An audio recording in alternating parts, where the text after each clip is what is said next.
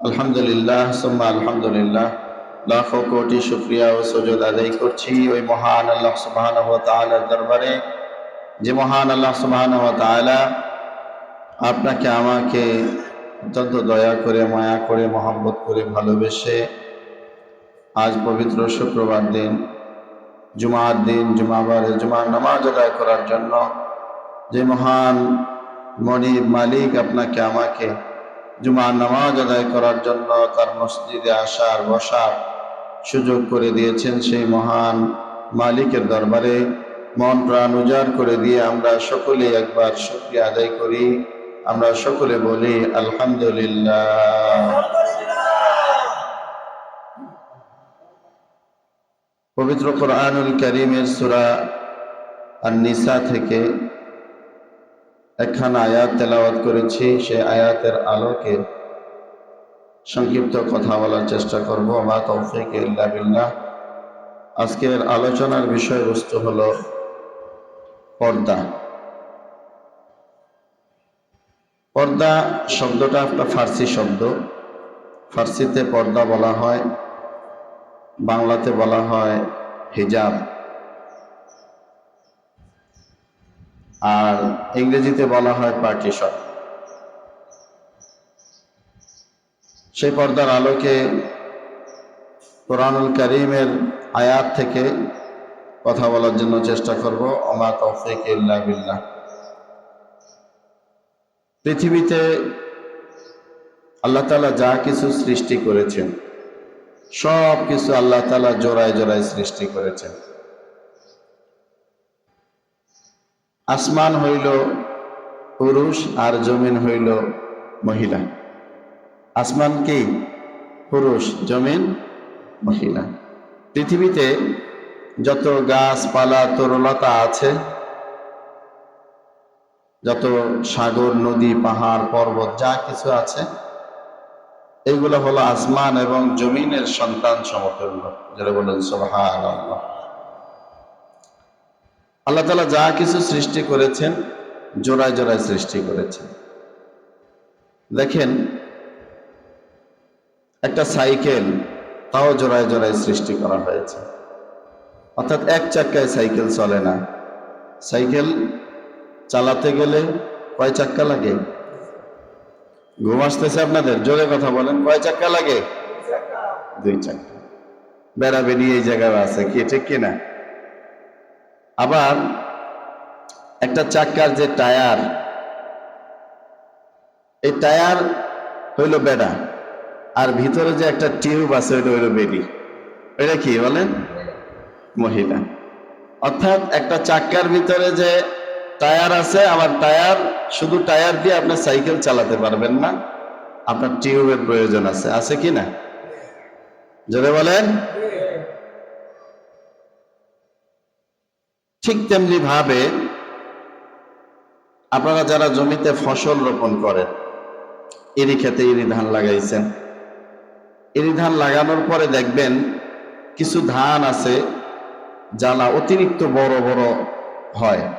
অন্যান্য জ্বালাগুলো সব একরকম, ধানগুলো একরকম থাকে। ওই এক এক গোছার মধ্যে দুই একটা ধান আছে, এটা অনেক বড় হয়। কি হয়? অনেক বড় হয়। আল্লাহ তাআলার কুদরত দেখেন। এই বড় যে ধানগুলা হয় দেখবেন ওগুলার ভিতরে কোনো ধান ধরে না। একটা সময় ওইটা আস্তে আস্তে কি হয়ে যায়? মরে যায়। কি হয়ে যায়? মরে যায়। তো বিজ্ঞানীরা এটা প্রমাণ করেছেন যে বড় বড় যে ধানগুলা থাকে, অর্থাৎ জ্বালা থাকে, ওই গাছটা থাকে ধান গাছ, এটা হলো বেডা। এটা কি? বেডা। আবার যেই ধানগুলা হয়, যে মানে গাছগুলায় থোর ধরে, এই যেই থোর ধরে যেই গাছগুলায়, ওই গাছগুলা হলো বেডি। ওই গাছগুলা কি? বেডি। আবার এমন এমন গাছও আছে যেই গাছ ফসল ধরে না যতক্ষণ পর্যন্ত অন্য ফুলের গ্রাম এটার সাথে বা অন্য ফুল এটার সাথে না মিশানো হয়। কি, ঠিক কিনা? অর্থাৎ এখানেও বেড়াবেড়ির দরকার আছে। আছে কিনা? আছে। এক কথায় আমরা যেটা বুঝলাম যে আল্লাহ তাআলা জোড়ায় জোড়ায় সৃষ্টি করেছেন। কি করেছেন? জোড়ায় জোড়ায় সৃষ্টি করেছেন। যেমন হযরত নূহ আলাইহিস সালাতু ওয়াস সালামের সময় আল্লাহ তাআলা যখন নূহ আলাইহিস সালামকে নৌকা বানানোর কথা বললেন, কিস্তি বানানোর কথা বলেছেন, তার জাতিকে, তার গোত্রের লোকদেরকে তিনি সাবধান করেছেন যে তোমরা আল্লাহ তাআলার উপরে ঈমান আনো, কিন্তু তারা অস্বীকার করলো।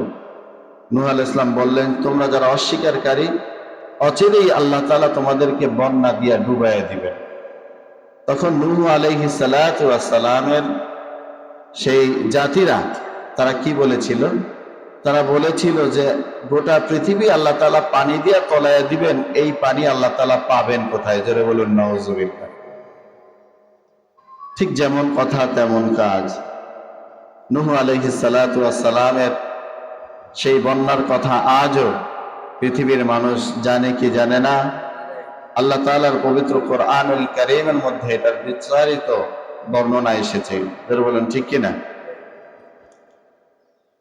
তো আজকে সেই বিষয়ে কথা বলার উদ্দেশ্য না, যে বিষয় নিয়ে কথাটা বলতেছিলাম, যে নূহ আলাইহিস সালামের প্লাবনের কথা। নূহ আলাইহিস সালামকে আল্লাহ তাআলা যখন ডিক্লারেশন দিয়ে দিলেন যে নূহ, তোমার উপরে যারা ঈমান এনেছে, আমি আল্লাহ তাআলার উপরে যারা ঈমান এনেছে, যারা ঈমানদার, তাদেরকে অচিরেই তুমি খুব দ্রুত সময়ের মধ্যে তোমার নৌকার ভিতরে উঠে আনো এবং তাদেরকে জোড়ায় জোড়ায় উঠাও। কিসের জোড়ায় জোড়ায়? তাদেরকে নৌকায় উঠাও। এখন নূহ আলাইহিস সালামকে আল্লাহ তাআলার কাছে প্রশ্ন করেছিলেন, আয় আল্লাহ, কোনটা নারী কোনটা পুরুষ এগুলো আমি বুঝবো কিভাবে? আমি তো সহজে বুঝতে পারবো না। এত প্রাণী এখানে এসে ভিড় করবে, আমি কিভাবে বেছে বেছে এদেরকে উঠাবো? আল্লাহ তাআলা নূহ আলাইহিস সালামকে বলছে, আপনি নৌকার সামনে দাঁড়ান আর দুই হাত মেলে, এরকম করে দুই হাত মেলেন। আপনার ডান পাশ দিয়ে, আপনার হাতের ডান পাশ দিয়ে যারা উঠবে, দেখবেন আমি আল্লাহ তাআলা উঠার ব্যবস্থা করে দিচ্ছি। যারা ডান পাশ দিয়ে উঠবে এরা বেডি, এরা পুরুষ, এরা কি পুরুষ উঠবে। আর আপনার হাতের বাম পাশ দিয়ে যারা দেখবেন উঠতেছে, এরা হইব কি মহিলা, এরা কি মহিলা। অর্থাৎ আল্লাহ তাআলা প্রত্যেকটা প্রাণীর, যত প্রাণী উঠছে ওই নৌকায়, প্রত্যেকটা প্রাণীকে নারী এবং পুরুষ জোড়ায় জোড়ায় উঠাইছেন। তাহলে বোঝা গেল আল্লাহ তাআলা যা কিছু সৃষ্টি করেছেন জোড়ায় জোড়ায় সৃষ্টি করেছেন, নারী এবং পুরুষ। পুরুষ ছাড়া নারী চলা বড় কঠিন, আর নারী ছাড়া পুরুষও চলতে পারে না, পুরুষেরও চলা কঠিন হয়ে যায়। কি বলেন ঠিক কিনা? এই জন্য আল্লাহ রাব্বুল আলামিন পবিত্র কোরআনুল কারীমের 4 নম্বর সূরা, সূরা নিসার 1 নম্বর আয়াত আল্লাহ তাআলা বলেন, ইয়া আইয়ুহান নাসু ইত্তাকু রাব্বাকুমুল্লাযী খালাকাকুম মিন নাফসিন ওয়াহিদা। আল্লাহ তাআলা বলতেছেন এই আয়াতের মধ্যে, ইয়া আইয়ুহান নাসু ইত্তাকু রাব্বাকুমুল্লাযী খালাকাকুম, হে দুনিয়ার মানব সকল, হে দুনিয়ার মানুষেরা, তোমরা আমি আল্লাহ রব্বুল আলামিনকে তোমরা ভয় করো। কাকে ভয় করো?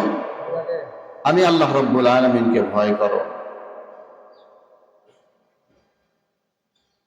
নাসুত্তাকু রাব্বাকুমুল্লাযী খালাকাকুম মিন নাফসিন ওয়াহিদা, দেখো আমি সর্বপ্রথম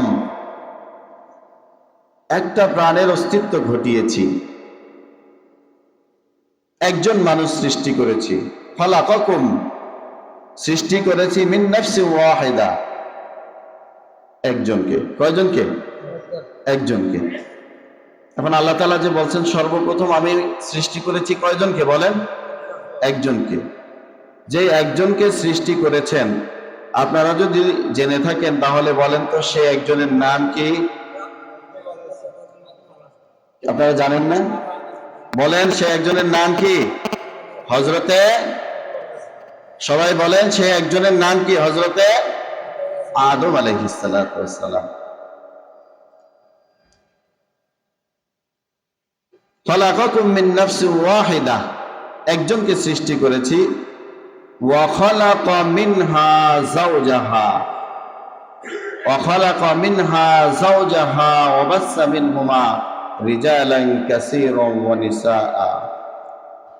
আল্লাহ তাআলা বলেন যে হযরত আদম আলাইহিস সালাতু ওয়াস সালামকে আমি একা সৃষ্টি করেছি সর্বপ্রথম।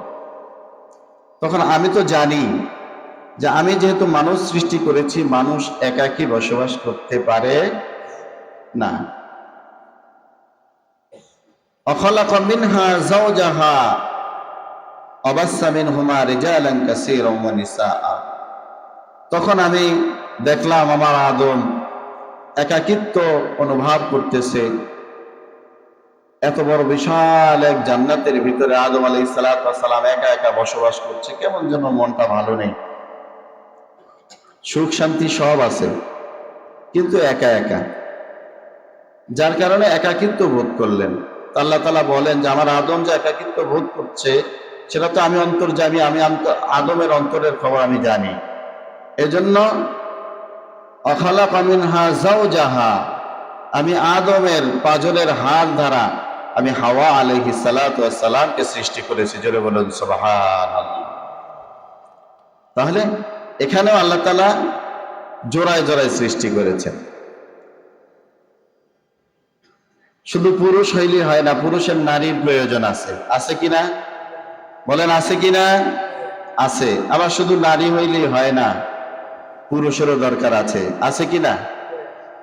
নারী এবং পুরুষের মাধ্যমে আল্লাহ তাআলা বলেন ওয়াখালাকা মিনহা যাওজাহা ওয়াবাসসা মিনহুমা রিজালান কাসীরান ওয়া নিসাআ ওয়াত্তাকুল্লাহাল্লাযী তাসাআলুনা বিহি ওয়াল আরহাম ইন্নাল্লাহা কানা আলাইকুম রাকীবা। আল্লাহ তাআলা বলেন যে সর্বপ্রথম আদমকে সৃষ্টি করলাম, এরপর আদমের পাজরের হাড় দ্বারা হাওয়া আলাইহিস সালাতু ওয়াস সালামকে সৃষ্টি করলাম আকর্ষণীয়ভাবে। তো আদম যখন হাওয়া আলাইহিস সালাতু ওয়াস সালামকে দেখলেন, হাওয়া আলাইহিস সালাতু ওয়াস সালামের সৌন্দর্য দেখে আদম আলাইহিস সালাতু ওয়াস সালাম হাওয়া আলাইহিস সালাতু ওয়াস সালামের উপর আকৃষ্ট হয়ে গেলেন। জোরে বলুন সুবহানাল্লাহ। বারবার কেমন যেন কাছে যাইতে চায়, বারবার কাছে যাইতে চায়। কার কাছে? কে যাইতে চায়? আদম আলাইহিস সালাম। তো আল্লাহ তাআলা বললেন আদম থামো, যাওয়া যাবে না, কারণ সে তোমার গায়রে মুহররম, তাকে তুমি এমনি স্পর্শ করতে পারবা না, ছুঁইতে পারবা না, তোমাকে বিয়ে করা লাগবে। জোরে বলুন সুবহানাল্লাহ। শাদী মোবারক করা লাগবে আর কি। তো আদম আলাইহিস সালাতু ওয়াস সালাম এবং হাওয়া আলাইহিস সালাতু ওয়াস সালামের বিয়ে স্বয়ং আল্লাহ তাআলা নিজে করায় দিলেন। জোরে বলুন সুবহানাল্লাহ। এখন বিয়ে করতে গেলে মহারণা দরকার আছে না? মহারণা কি দিয়েছেন? জান্নাতের ভিতরে টাকা পয়সা আছে নাকি? আদম আলাইহিস সালাম টাকা পয়সা কামায়া পকেট ভর্তি টাকা নিয়ে জান্নাতের ভিতরে বসবাস করা শুরু করছে? না। তাহলে বিয়ে করতে গেলে মহারণার দরকার আছে না টাকার দরকার আছে? আছে কিনা বলেন? আছে। তো এই মহারণা কি দিয়ে দিলেন? তো আদম আলাইহিস সালাতু ওয়াস সালামকে আল্লাহ তাআলা বলেন তোমার তো মোহর দেওয়া লাগবে, বিয়ে করলে হবে না, মোহর দিতে হবে, মোহর ছাড়া বিয়ে হবে না, মহারণার হক আদায় করা লাগবে। তো মহারণা কিভাবে দিব? আল্লাহ মহারণা তো আমার কাছে নাই, আমার কাছে তো টাকা পয়সা নাই, আমি কি দিব? আল্লাহ রাব্বুল আলামিন বলেন ও আদম তুমি পড়ে নাও লা ইলাহা ইল্লাল্লাহু মুহাম্মাদুর রাসূলুল্লাহ। সুবহানাল্লাহ। এই কালেমা পড়ানোর মাধ্যমে আল্লাহ তাআলা আদম আলাইহিস সালাতু ওয়াস সালামের মহারণার হক আদায় করে দিলেন হাওয়া আলাইহিস সালাতু ওয়াস সালামের প্রতি। জোরে বলুন সুবহানাল্লাহ। তো দেখেন আল্লাহ তাআলা বলতেছেন যে এই যে আদম এবং হাওয়া আলাইহিস সালাতু ওয়াস সালাম এই দুইজনকে আমি সৃষ্টি করেছি। হাওয়া আলাইহিস সালাতু ওয়াস সালামের উপরে আদম আলাইহিস সালাম কেন আকৃষ্ট হইলেন? হাওয়া আলাইহিস সালাতু ওয়াস সালামের অতিরিক্ত সৌন্দর্য দেখে তার উপর আকৃষ্ট হয়েছেন। কি বলেন, ঠিক কিনা? নারীদেরকে আল্লাহ তাআলা এমন ভাবে সৃষ্টি করেছেন, খুবই আকর্ষণীয় ভাবে আল্লাহ তাআলা সৃষ্টি করেছেন। যারা বলেন ঠিক কিনা? নারীদের ঠোঁটের মধ্যে আকর্ষণ আছে, নারীদের চোখের মধ্যে আকর্ষণ আছে, নারীদের হাঁটার মধ্যে আকর্ষণ আছে, নারীদের দেহ অবয়বের মধ্যে আকর্ষণ আছে। যারা বলেন সুবহানাল্লাহ। আর নারীদেরকে আল্লাহ তাআলা আকর্ষণীয় এই জন্য করেছেন যাতে করে পুরুষরা নারীদের ওই সৌন্দর্যে আকৃষ্ট হয়ে নারীদের উপরে কি হয়, তারা আকৃষ্ট হয়ে যায়। এই আকৃষ্ট হওয়ার কারণে আল্লাহ তাআলা দুইজনের ভিতরে মহব্বতের সৃষ্টি করেছেন, ভালোবাসার সৃষ্টি করেছেন। কি বলেন, ঠিক কিনা? যদি যে নারীর আকর্ষণ, এই নারীর যে আকর্ষণীয় দেহ, এটা যদি না থাকতো, যদি আপনি পুরুষ, একটা নারীর শরীরের অবয়ব যদি একটা পুরুষের মতো থাকতো, তাহলে একটা পুরুষ আর একটা নারীর উপর আকৃষ্ট হওয়ার কথা ছিল না। কি বলেন, আকৃষ্ট হওয়ার কথা ছিল? একজন পুরুষ কখনো আরেকজন পুরুষের উপর আকৃষ্ট হয় কি? জোরে বলেন, হয় কি না? হয় না। কেন হয় না? একটা পুরুষ তার মধ্যেও যা আছে, ওই পুরুষ তার মধ্যে তাই আছে। কি বলেন, ঠিক কিনা? কিন্তু পুরুষ যখন নারীর উপরে কেন আকৃষ্ট হয়? কারণ নারীদেরকে আল্লাহ তাআলা স্পেশাল সৌন্দর্য দিয়ে আল্লাহ তাআলা সৃষ্টি করেছেন। যারা বলেন সুবহানাল্লাহ। তো আজকের যে আলোচনার বিষয়বস্তু নিয়ে আলোচনা করব বলেছিলাম, সেটা হলো পর্দা। সেই বিষয়টা কি বলেন তো? পর্দা। আল্লাহ রাব্বুল আলামিন পবিত্র কোরআনুল কারীমের মধ্যে বলেন, ইয়া আইয়ুহান নাবিয়্যু কুল লিআজওয়াজিকা ওয়া বানাতিকা ওয়া নিসাইল মুমিনিনা ইউদনিনা আলাইহিন্না মিন জালাবিবিহিন্না যালিকা আদনা আন ইউরাফনা ফালা ইউযাইন। পর্দার আয়াত নাজিল করে দিলেন আল্লাহ তাআলা। তো দেখেন, কেন পর্দার আয়াত নাজিল করলেন? কেন পর্দা করার দরকার? নারী এবং পুরুষ নেগেটিভ এবং পজিটিভ সমতুল্য। নারী এবং পুরুষ নেগেটিভ এবং পজিটিভ কি সমতুল্য। আপনি যদি বলেন যে কারেন্টের যে তার, আমরা যদি একটা বাল্ব জ্বালাতে হয়, একটা ফ্যান চালাতে হয়, তাহলে ওই ফ্যানের সাথে একটা তারের সংযোগ দিলে চলে নাকি দুইটা তারের প্রয়োজন হয়? কথা বুঝে থাকলে বলেন সবাই, কয়টা তারের প্রয়োজন হয়? দুটোটাই কি নেগেটিভ নাকি দুটোটাই পজিটিভ? একটা পজিটিভ আর একটা নেগেটিভ। এখন যদি আপনি পজিটিভ চালায় যদি বারবার সুইচ যদি একটা না 10টা লাগায় 10টা সুইচ দিয়ে দেন, তাহলে ওই পজিটিভ একটা তারের মাধ্যমে ফ্যান চলবে? বলেন, চলবে না। শুধু নেগেটিভ লাগাইলেও চলবে না? চলবে। যদি ফ্যান চালাতে হয় তাহলে নেগেটিভ এবং পজিটিভ লাগবে। নেগেটিভ এবং পজিটিভ দুইটা তারেরই প্রয়োজন আছে, আছে কি না? আচ্ছা, এখন বলেন তো তারই। এখন দুইটা তারকে একত্রিত করলেন। আপনি মনে করেন যে না, এখানে মাঝখান দিয়ে এতগুলা তারের কি প্রয়োজন আছে? এই যে ভিতরের যেই আপনি কি বলে, পিতল না, পিতলের যেই কাস্টিং বা পিতলের যেই তারের অংশটা আছে, আপনি যদি মনে করেন যে ওইটাও তো একই রকম দেখতে, এটাও তার ওইটাও তার, তাহলে এই মাঝখান দিয়ে পর্দার কি দরকার আছে? যেহেতু দোনোটাই তার, তাহলে পর্দার দরকার আছে?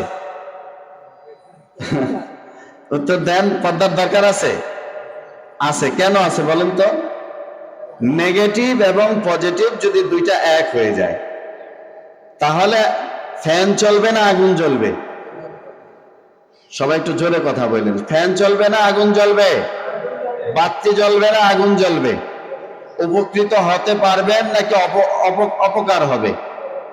অপকার হবে। উপকারের ধারে কাছেও যাওয়ার কথা না। নেগেটিভ এবং পজিটিভ দুইটা তার যদি একত্রিত হয়ে যায়, তাহলে বলেন তো, নারী এবং পুরুষ উভয়কে আল্লাহ তাআলা নেগেটিভ এবং পজিটিভ এই দুই তারের মতো করেই সৃষ্টি করেছেন। যারা বলেন আল্লাহু আকবার। এখন নেগেটিভ পজিটিভ তার যদি একত্রিত হয়ে যায়, নেগেটিভ এবং পজিটিভ তার যদি কি হয়ে যায়, একত্রিত হয়ে যায়, তাহলে আগুন জ্বলে, উপকৃত হওয়া যায় না। তো নারী এবং পুরুষ যদি ওই কারেন্টের তারের মাঝখানের যেই পর্দা দেওয়া হয়েছে, আবরণ দেওয়া হয়েছে প্লাস্টিকের, তো এই আবরণ যদি না দেওয়া হয়, তাহলে যেমনি ভাবে উপকৃত হওয়া যায় না, ফ্যানের বাতাস খাওয়া যায় না, অপকার হয়, আগুন জ্বলে যায়, ঠিক তেমনি ভাবে নারী এবং পুরুষ তারা হলো নেগেটিভ পজিটিভ। এই নেগেটিভ পজিটিভ তারাও যদি পর্দাবিহীন একত্রিত হয়, চলাফেরা করে, অবাধে চলাফেরা করে, তাহলে ওই তারের মতোই দুর্ঘটনা ঘটবে, আগুন জ্বলবে, উপকৃত হওয়া যাবে। এই জন্য আল্লাহ তাআলা পর্দার আয়াত নাজিল করলেন। কারণ নারীদেরকে আল্লাহ তাআলা আকর্ষণীয় ভাবে তৈরি করেছেন, সৃষ্টি করেছেন। এই নারীর আকর্ষণের থেকে বাঁচানোর জন্য আল্লাহ তাআলা পর্দার বিধান নাজিল করলেন। যে আয়াত তেলাওয়াত করলাম, ইয়া আইয়ুহান নাবিয়্যু কুল লিআজওয়াজিকা ওয়া বানাতিকা ওয়া নিসাইল মুমিনিনা ইউদনিনা আলাইহিন্না মিন জালাবিবিহিন যালিকা আদনা আন ইউরাফনা ফালা ইউযাইন। এই আয়াত কেন নাজিল করলেন? আয়াতের শানে নজুল দেখেন, খুব সুন্দর। আল্লাহ রাসূল সাল্লাল্লাহু আলাইহি ওয়াসাল্লাম সর্বপ্রথম একজন মহিয়সী নারীকে বিয়ে করেছেন। সেই মহিলার নাম কি বলেন তো? আম্মাজান হযরতে খাদিজা রাদিয়াল্লাহু তাআলা। আল্লাহ রাসূল সাল্লাল্লাহু আলাইহি ওয়াসাল্লামের সেই খাদিজা রাদিয়াল্লাহু তাআলা আনহার ঘরে কয়েকজন সন্তান আছেন। আল্লাহ রাসূল সাল্লাল্লাহু আলাইহি ওয়াসাল্লাম দ্বিতীয় আরেকটি বিয়ে করেছেন। রাসূলুল্লাহ সাল্লাল্লাহু আলাইহি ওয়াসাল্লাম দ্বিতীয় যে বিয়েটি করেছেন সেই বিবির নাম ছিল হযরতে সাউদা রাদিয়াল্লাহু তাআলা। কথা বোঝেন? আমার কথা বুঝতেছেন সবাই? বলবো না বন্ধ করে দিব? তাহলে আল্লাহ রাসূল সাল্লাল্লাহু আলাইহি ওয়াসাল্লাম দ্বিতীয় যে বিয়ে করেছেন সেই বিবির নাম কি সবাই বলেন তো?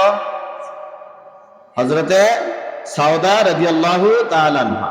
এই সাউদা রাদিয়াল্লাহু তাআলা আনহা অনেক সুন্দরী ছিলেন।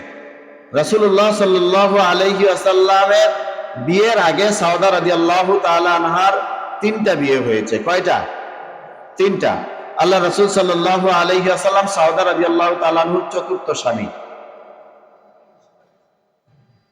তো সাউদা রাদিয়াল্লাহু তাআলা আনহা এত সুন্দরী ছিলেন, আল্লাহ রাসূল সাল্লাল্লাহু আলাইহি ওয়াসাল্লাম তিনি তার সন্তানদেরকে নিয়ে এবং খাদিজা রাদিয়াল্লাহু তাআলা আনহা স্ত্রী পরিজন সাহাবী যারা আছে তাদেরকে নিয়ে তিনি মদিনায় হিজরত করছেন। মদিনায় গিয়েছেন আল্লাহ রাসূল সাল্লাল্লাহু আলাইহি ওয়াসাল্লাম। যখন মদিনায় গিয়েছেন তখনও পর্দার আয়াত নাজিল হয় নাই। যদি পর্দার আয়াত নাজিল হয় নাই তখন কি পর্দার বিধান চালু ছিল? সবাই বলেন চালু ছিল? চালু ছিল না।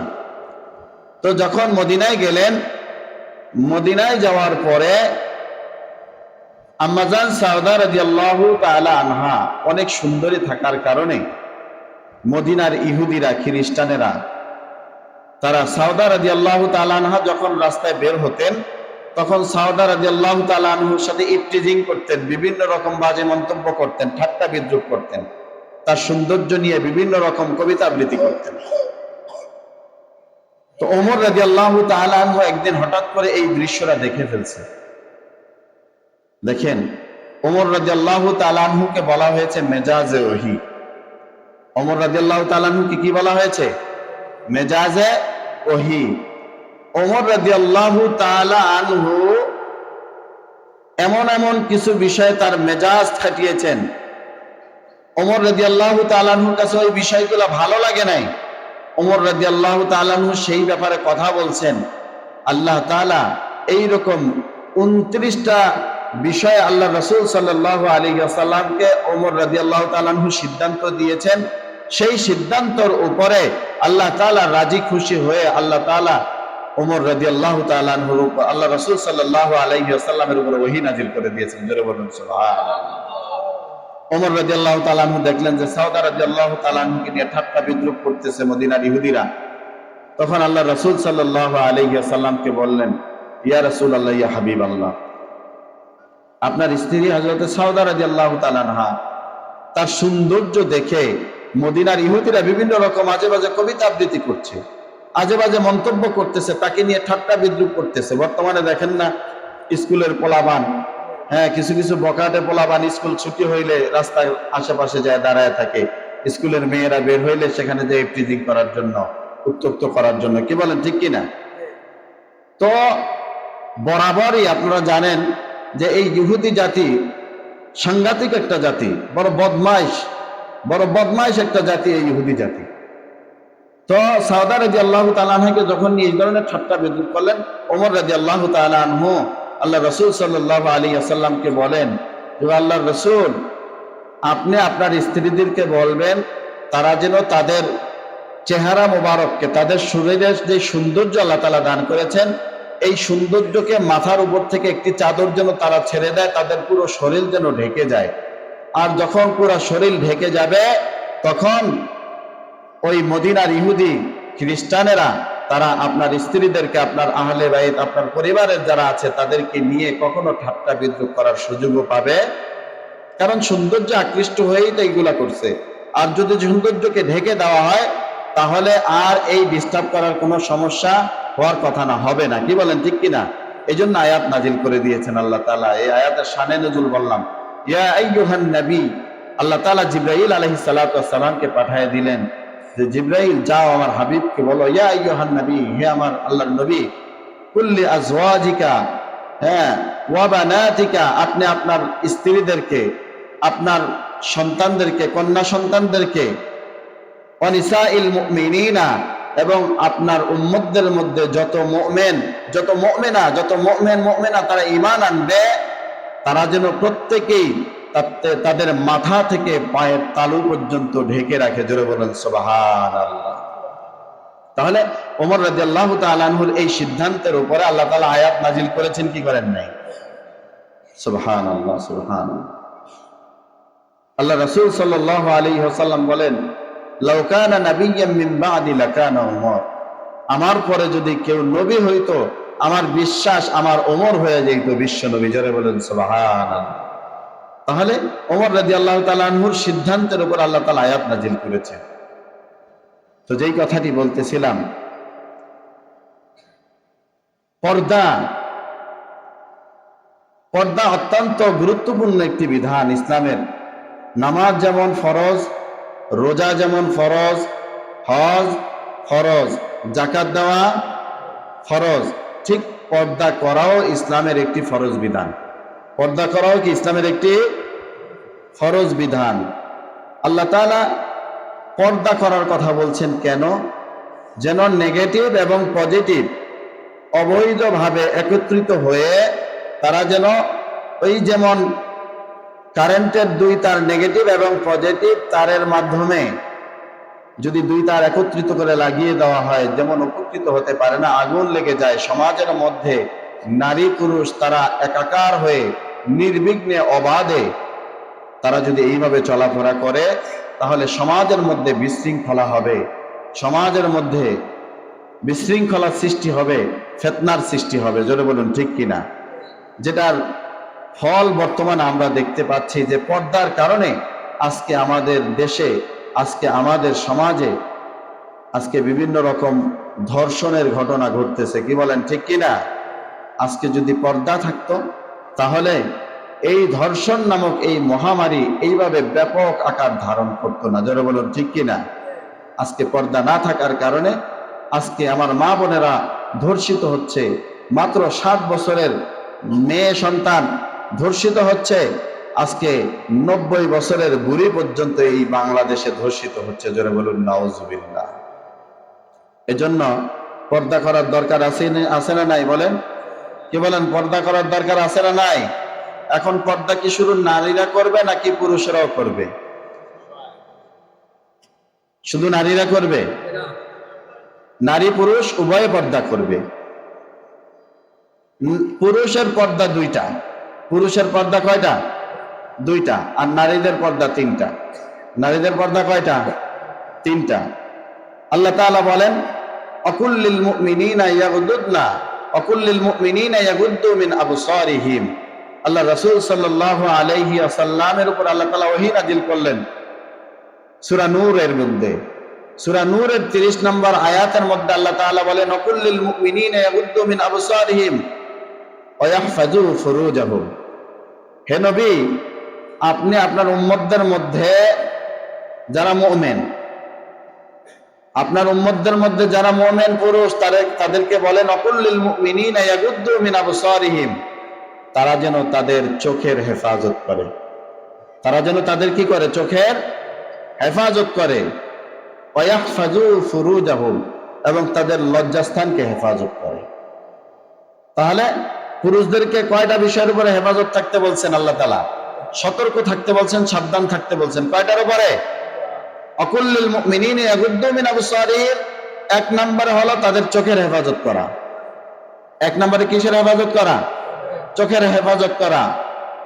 ওয়া ইয়াহফাযু ফুরুজাহুম, এবং লজ্জাস্থানের হেফাজত করা। এ ব্যাপারে আল্লাহ রাসূল সাল্লাল্লাহু আলাইহি ওয়াসাল্লাম বলেন, আমার উম্মতের মধ্যে যারা এই দুইটা জিনিসের গ্যারান্টি দিতে পারবে, চোখ এবং লজ্জাস্থানের হেফাজত করবে, আমি মুহাম্মদুর রাসূলুল্লাহ সাল্লাল্লাহু আলাইহি ওয়াসাল্লাম তাদেরকে জান্নাতে না পৌঁছায় দেওয়া পর্যন্ত আমি মুহাম্মদুর রাসূলুল্লাহ সাল্লাল্লাহু আলাইহি ওয়াসাল্লাম জান্নাতে প্রবেশ করব না। জোরে বলেন সুবহানাল্লাহ। চোখ অত্যন্ত গুরুত্বপূর্ণ একটি বস্তু। আল্লাহ রাসূল সাল্লাল্লাহু আলাইহি ওয়াসাল্লাম অন্য হাদিসের মধ্যে বলেন যে যারা চোখের হেফাজত করতে পারবে, সমস্ত ইবাদত, নামাজ পড়ে তারা আনন্দ পাবে, তৃপ্তি পাবে, মজা পাবে, রোজা রেখে তারা তৃপ্তি পাবে, আনন্দ পাবে, মজা পাবে। অর্থাৎ আল্লাহ তাআলার যত ইবাদত আছে, যদি সমস্ত ইবাদতের মধ্যে যদি আপনি স্বাদ অনুভব করতে চান, তাহলে সর্বপ্রথম আপনাকে চোখের হেফাজত করতে হবে। কিসের হেফাজত? চোখের হেফাজত। 2 নম্বরে লজ্জাস্থানের হেফাজত করতে হবে। যদি এই দুইটা জিনিসের হেফাজত করতে পারেন, তাহলে সমস্ত যত ইবাদত করবেন, নামাজে মজা পাবেন, রোজা রেখে মজা পাবেন, হজ করে মজা পাবেন, যাকাত দিতেও ভালো লাগবে, মজা লাগবে।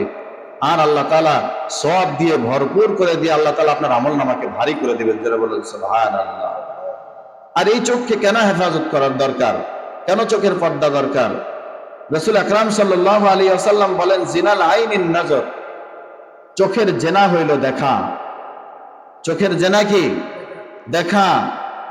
পায়ের জেনা হলো হাইট, অন্যায় কাজের দিকে, পাপের দিকে হাইটা যাওয়া। মুখের জেনা হলো নারীদের সাথে, পরনারীর সাথে বিভিন্ন রকম যৌন সুরসুরি মালক, বিভিন্ন রকম অশ্লীল কথাবার্তা বলা, এটা মুখের জেনা, এটা জিহ্বার জেনা।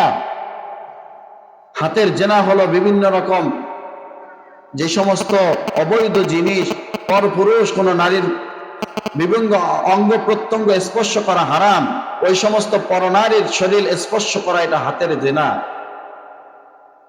এই জন্য মানুষ সর্বপ্রথম যে জেনা ব্যভিচারের মধ্যে আকৃষ্ট হয়, সেটা সর্বপ্রথম চোখের নজরের মাধ্যমে আকৃষ্ট হয়। কি বলেন, ঠিক কিনা?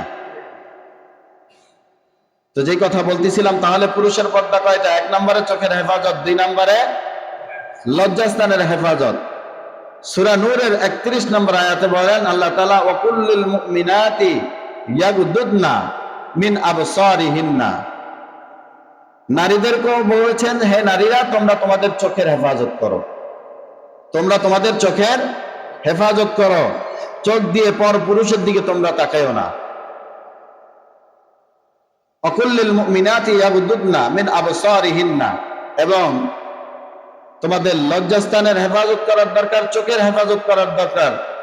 ওয়াহফাজনা ফুরুজাহুন্না ওয়ালা ইউবদিনা যিনাতাহুন্না, এবং তোমাদের শরীরের মধ্যে যে অঙ্গ প্রত্যঙ্গ, যে আকর্ষণীয় জিনিস আল্লাহ তাআলা দান করেছেন, এইগুলা অশ্লীল ভাবে প্রদর্শন করিও না। এখন বলেন তো, পুরুষের মধ্যে এইরকম কোন অঙ্গভঙ্গি আছে যেগুলো অশ্লীল ভাবে প্রদর্শন করলে অন্য কেউ আকৃষ্ট হয়? কি বলেন, আছে? নাই। কিন্তু নারীদের দেহের মধ্যে আল্লাহ তাআলা এমন এমন জিনিস ফিট করে দিয়েছেন, সৃষ্টি করেছেন, যেই সমস্ত জিনিস দেখার মাত্র পুরুষের মধ্যে তাদের উপরে আকৃষ্ট হওয়ার জন্য আকর্ষণ সৃষ্টি হয়। কি বলেন, হয় কিনা? হয়। এই জন্য নারীদেরকে অতিরিক্ত আল্লাহ তাআলা বলেন, তোমাদের দেহের মধ্যে যে সমস্ত অঙ্গ প্রত্যঙ্গ আকর্ষণীয় জিনিস আমি দিয়েছি, ওই সমস্ত আকর্ষণীয় জিনিসগুলাকে তোমরা কি করো না, পরপুরুষের সামনে হেলে দুলে তাদের সামনে প্রদর্শন করো না। এই জন্য যে কথাটি বলতেছিলাম, যে পুরুষ আমরা মনে করি যে না, পর্দা শুধু নারীদের জন্য। যেমনি ভাবে আল্লাহ তাআলা এই সূরা নূরের 30 নম্বর আয়াতের মধ্যে আল্লাহ তাআলা সর্বপ্রথম পুরুষের পর্দার কথা বলছে। 2 নম্বর অর্থাৎ 31 নম্বর আয়াতে আল্লাহ তাআলা নারীর পর্দার কথা বলেছেন। তাহলে সর্বপ্রথম পর্দার কথা বলেছেন কাদেরকে? পুরুষদেরকে। এরপরে কাদেরকে বলেছেন? নারীদেরকে। নারীদের এই অবাধে চলাফেরার কারণে আজকে আমাদের সমাজের মধ্যে বিশৃঙ্খলার সৃষ্টি হয় কি হয় না? জোরে বলেন, হয় কি হয় না? তাহলে পর্দা এমন একটি বিধান, যদি পর্দা না করা হয়, তাহলে নারী পুরুষ এইভাবে অবাধে যখন মেলামেশা করে, অবাধে যখন চলাফেরা করে, যখন পর্দার বিধানের কোনো বালাই থাকে না, তখন সমাজের মানুষগুলা আর মানুষ থাকে না, তারা বিভিন্ন রকম হায়নায় পরিণত হয়। জোরে বলুন, ঠিক কি না? আল্লাহ তাআলা পবিত্র কোরআনুল কারীমের সূরা বনী ইসরাঈলের 32 নম্বর আয়াতে এই ব্যাপারে বিস্তারিত আলোচনা করেছেন যে মানুষ সর্বপ্রথম তার চোখের দ্বারা জেনা করে। মানুষ একটা পরনারীর দিকে তাকায়, ওই পরনারীর বিভিন্ন অঙ্গভঙ্গি দেখে তার উপরে আকৃষ্ট হয়। এই আকৃষ্ট হওয়ার পরে তারপরে তারা বিভিন্ন রকম অশ্লীল বেহায়াপনা, এই সমস্ত অশ্লীল কুকর্ম ধর্ষণের ভিতরে তারা লিপ্ত হয়। জোরে বলুন ঠিক কিনা? এই জন্য চোখের হেফাজত করতে হবে, লজ্জাস্থানের হেফাজত করতে হবে, নারীদেরকেও চোখের হেফাজত করতে হবে, তাদের লজ্জাস্থানের হেফাজত করতে হবে, এবং তাদের শরীরের মধ্যে আল্লাহ তাআলা যে সমস্ত আকর্ষণীয় জিনিস আল্লাহ তাআলা দান করেছেন, এই সমস্ত আকর্ষণীয় জিনিস প্রদর্শন করা বন্ধ করতে হবে। যদি এই সমস্ত আকর্ষণীয় জিনিস প্রদর্শন করা বন্ধ করে, তাহলে সমাজের মধ্যে ধর্ষণ, ব্যভিচার, এই সমস্ত অন্যায় অশ্লীল কাজ বন্ধ করা সম্ভব। যারা বলুন ঠিক কিনা? তাহলে আজকে এই অন্যায় এবং অশ্লীল কাজ বন্ধ করার জন্য যারা দায়িত্বশীল তাদেরকে ভূমিকা পালন করতে হবে। কি বলেন ঠিক কিনা? আজকে যদি তারা দায়িত্ব এবং ভূমিকা পালন না করে, তাহলে আজকে যেমন 7 বছরের কন্যা সন্তান ধর্ষিত হয়, 70 বছরের বুড়ি, 90 বছরের বুড়ি ধর্ষিত হয়, তাহলে সামনের দিকে আমাদের মনে হয় যদি এই সমস্ত অন্যায় অশ্লীল কাজগুলো চলতে থাকে, তাহলে আমাদের পুরুষেরা আরো কত নিচে নামবে, সেটা একমাত্র আল্লাহ তাআলাই ভালো জানেন। কি বলেন ঠিক কিনা? এই জন্য আমরা নারী পুরুষ যারাই আজকে আমরা এই কথাগুলো শুনলাম, আমরা পর্দার বিধান অবশ্যই আমরা পালন করব। আল্লাহ এবং আল্লাহ রাসূল সাল্লাল্লাহু আলাইহি ওয়াসাল্লাম যেইভাবে আমাদেরকে ঢেকে আমাদেরকে রাস্তাঘাটে বের হওয়ার কথা বলেছেন, আমরা নারীরা সেইভাবে রাস্তাঘাটে বের হব, এবং আমরা পুরুষ যারা আছি আমরা আমাদের চোখের হেফাজত করব, আমরা আমাদের লজ্জাস্থানের হেফাজত করব। আল্লাহ তাআলা আমাদেরকে এই কথাগুলোর প্রতি আমল করার তৌফিক দান করুন। সকলে বলে আমিন। ওয়া আখির দাওয়ানা আলহামদুলিল্লাহি রাব্বিল আলামিন।